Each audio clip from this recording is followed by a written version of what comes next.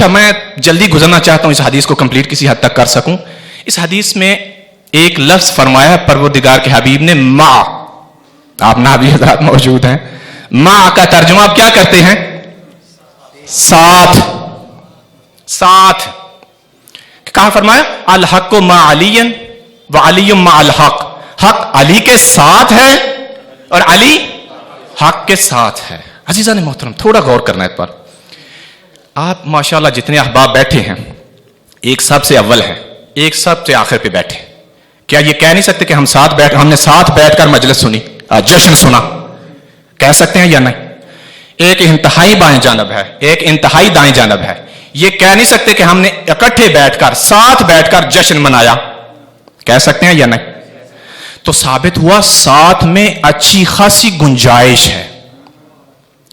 لفظ ساتھ اچھی خاصی گنجائش سپیس رکھتا ہے, اچھی خاصی گنجائش. پروردگار کے حبیب سے پوچھتے ہیں مالک یہ جو آپ نے فرمایا کہ علی حق کے ساتھ اور حق علی کے ساتھ, تو کیا حق کو بھی یہ گنجائش ہے کہ علی سے آگے بھی ہو سکتا ہے, علی کے برابر بھی آ سکتا ہے؟ فرمایا نا, اللہم ادر الحق حیث ما دار علی.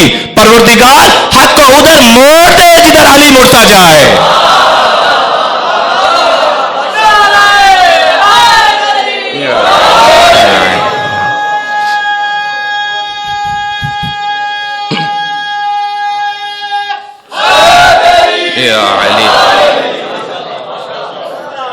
یہ ایک لطیف سی بات تھی, بڑی آسانی سے آپ سمجھ گئے.